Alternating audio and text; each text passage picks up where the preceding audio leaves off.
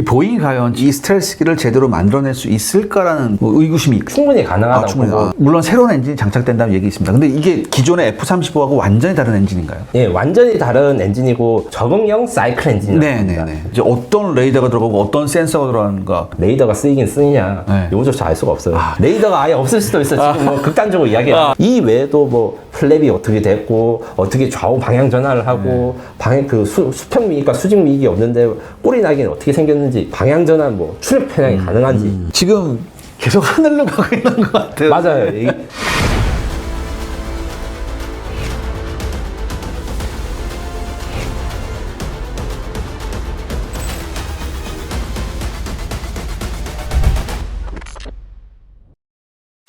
그러니까 내부 장비나 항공기 요구 조건 여기에 대해서 혹시 공개된 게 있나요? 핵심적인 목표 그러니까 인도 태평양 지역에서 작전이 가능해야 된다. 어디서 떠서요?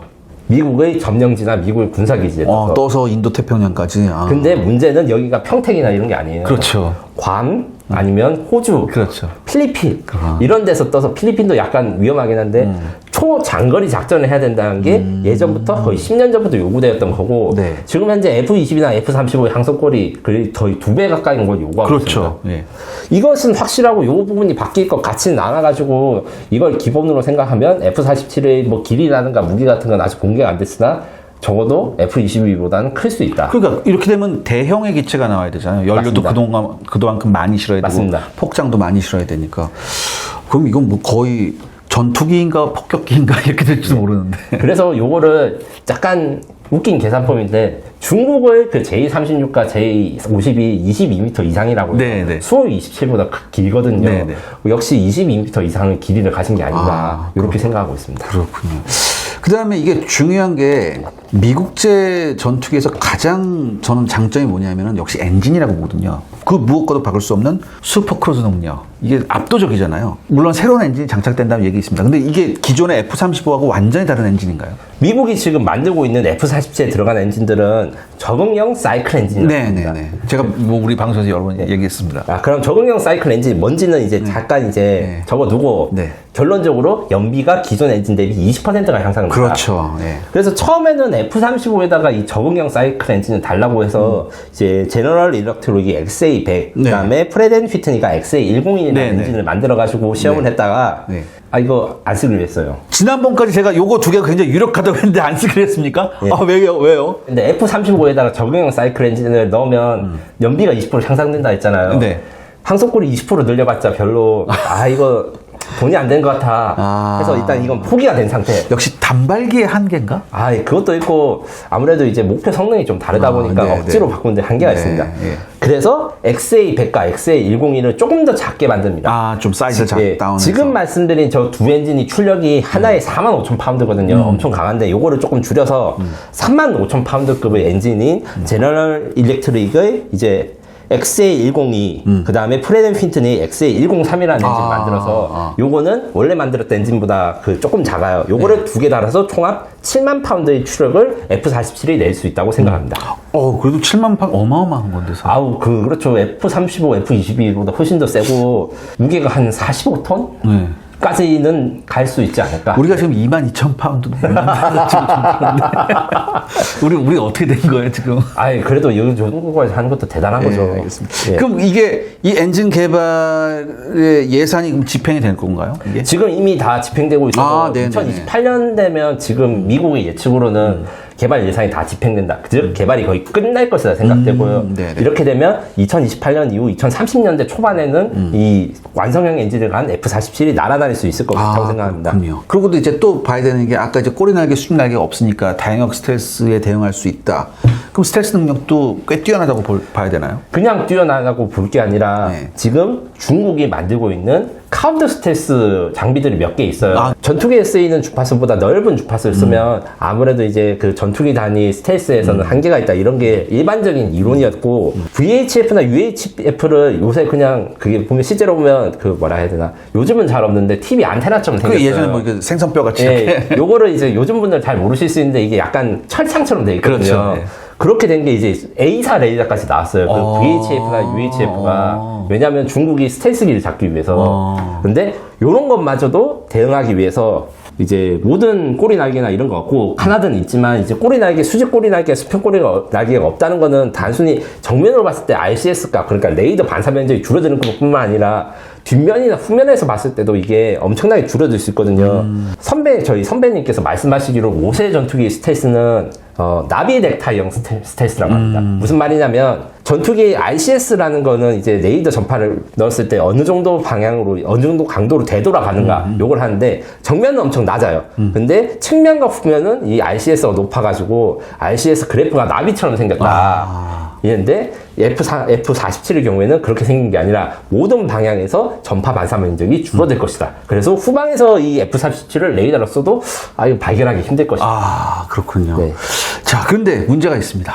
스텔스 하면 록히드 마틴의 정평이 나요. 그렇죠. 이 보잉이 과연 지금 이렇게 어려움을 겪고 있는 보잉이 이 스텔스기를 제대로 만들어낼 수 있을까라는 좀 의구심이 있거든요.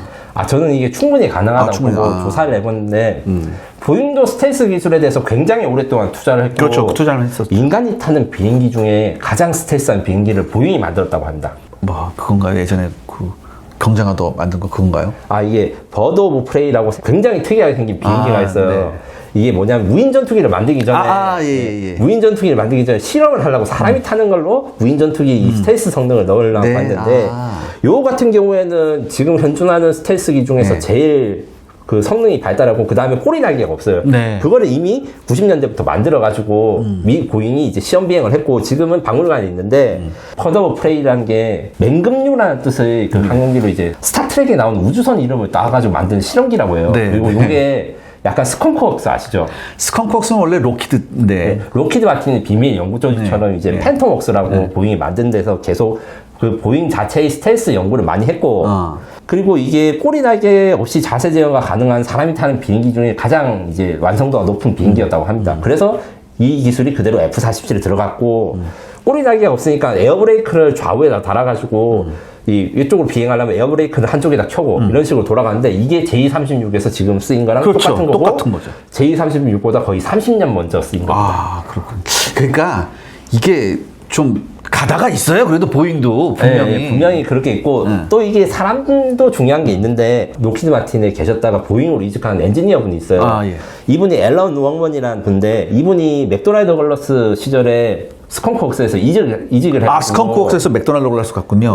그래서 보잉을 스텔스 전투기 작업을 지휘하고 돌아가실 때까지 미국의 스텔스 기술 어드바이저로 근무하셨다고 합니다. 그렇다면 나름 보잉도 이 맨파워가 있었다는 얘기군요. 그 맨파워가 이제 유감없이 발휘된 게 F-47이다. 이렇게 이제 정리할 수 있습니다. 사실 그리고 6세대 전투기의 가장 중요한 게 이제 무인기와의 협동작전인데 분명히 트럼프가 무인기에 대한 얘기를 했었거든요. 협동작전을.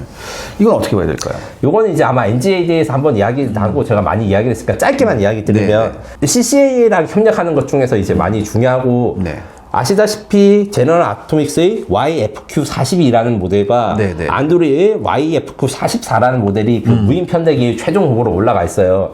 그 다음에 2단계가 있는데 2단계의 경우에는 지금 아직 미확정이라고 해요.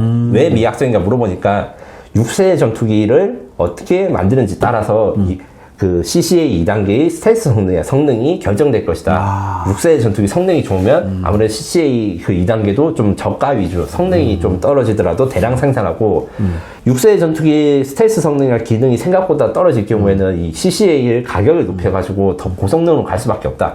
아직은 기다려 보아야 된다. 이렇게 대답을 들었고요. 핵심은 CCA라는 게 결국에는 6세 전투기 말고 5세대나 4세대 전투기라고 같이 비행은 할 수 있는데 6세대 전투기는 기존 전투기보다 비교할 수 없는 컴퓨팅 파워를 가진 점.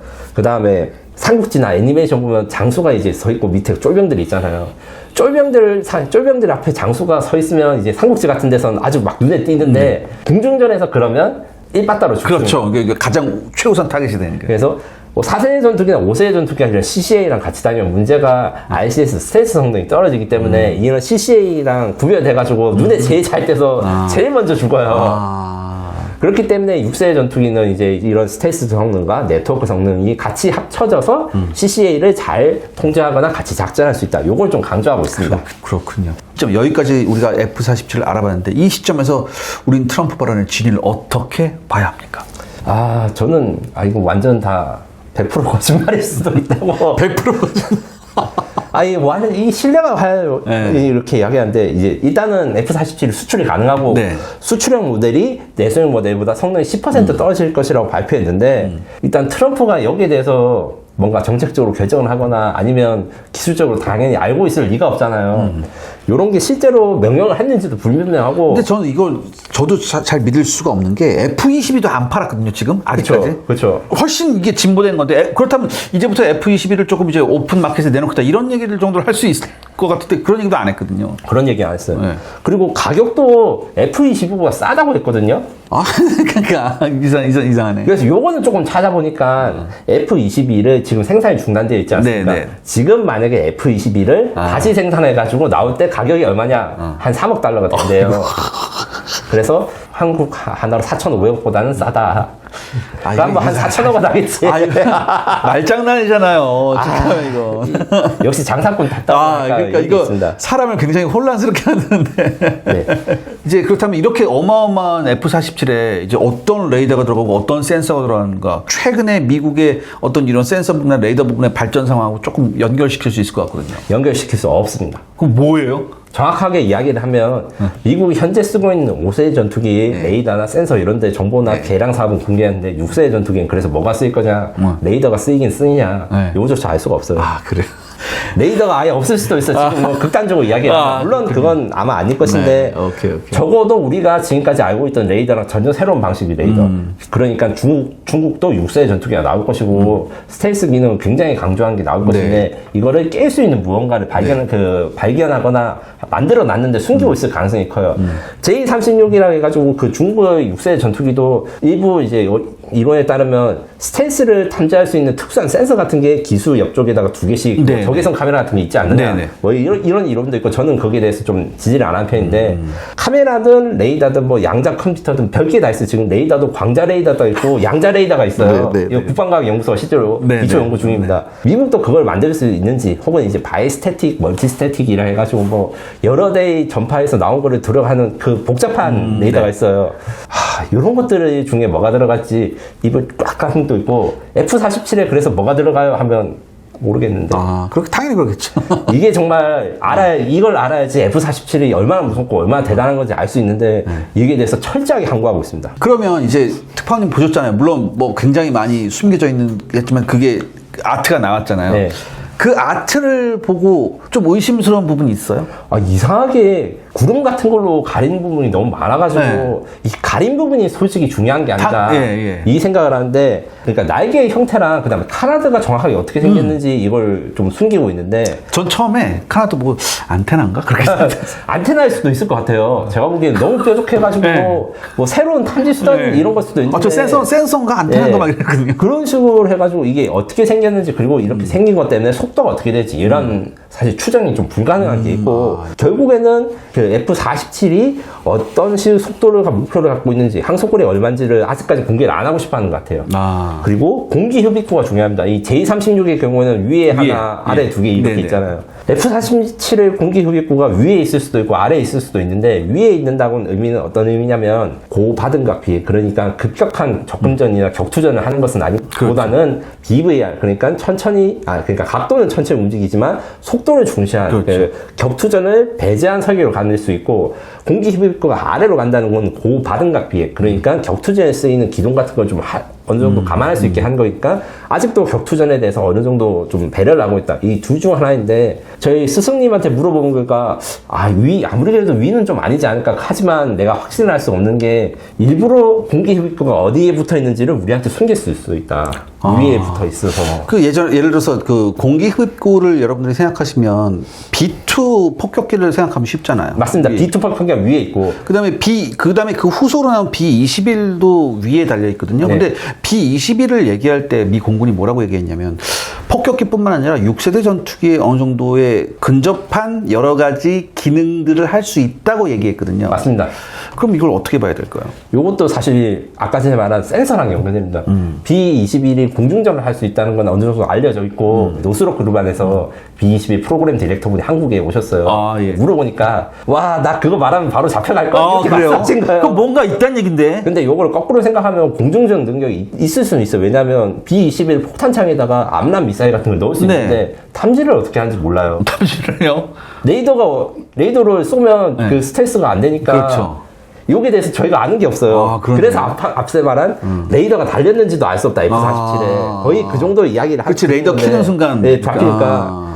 이런 이야기들이 있어가지고 결국에는 아마 군기흡입구가 그래도 아직 아래에 있을 가능성이 많지만 위에 달린다 해가지고 너무 놀랄 건 없다. 중국이 먼저 한 발 맞서갔다. 네. 이렇게 있고 이 외에도 뭐 플랩이 어떻게 됐고 어떻게 좌우 방향 전환을 하고 방향 그 수평 미익과 수직 미익이 없는데 꼬리 나기는 어떻게 생겼는지 아니면 이제 엔진 노즐이 어떻게 생겨가지고 뭐 방향 전환 뭐 추력 편향이 가능한지 이 추력 편향 이야기를 할 때 그 수호기 57처럼 막 노즐이 아래 위로 움직이는 게 아니란 말도 있어요. 그럼 그 내부에서 이렇게 뭐가 움직이나? 엔진에 그 열이 나오죠. 열과 가스가 나오잖아요. 요거를 바람으로 제어를 하는 거죠. 유체 그러니까 TV가 근데 나옵니다. 지금 계속 하늘로 가고 있는 것 같아요. 맞아요.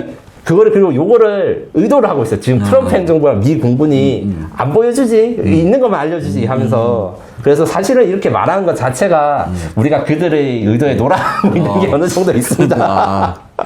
그리고 그건 있죠. 이제 제가 앞서 말했듯이 35,000파운드 두 개 엔진을 가지고 있어서 최대 45톤의 중량을 가질 수 있다. F-47 이렇게 말씀드렸는데 이게 F-47가 그러면 중량면에서 제일 비슷한 건 F-111이에요. 그렇죠. F-112가 비슷하다는 건 결국에는 내부 무장창의 크기와 용적이 아마 J-36까지는 아니더라도 F-20이나 35보다 클 수 있다. 그렇죠. 그래서 제 생각에는 어느 정도 F가 붙어서 A가 없지만 대지 공격 능력이 가능할 것이고 스탠드오프 미사일을 쏜다든가. 다만 이제 요거는 전부 다 이제 뭐 적 지휘부를 공격하거나 이게 아니고 적 대공 미사일 발사대를 공격할 수 있는 능력도 있을 것이다. 시드 작전은? 네, 시드 작전으로 할 것이다.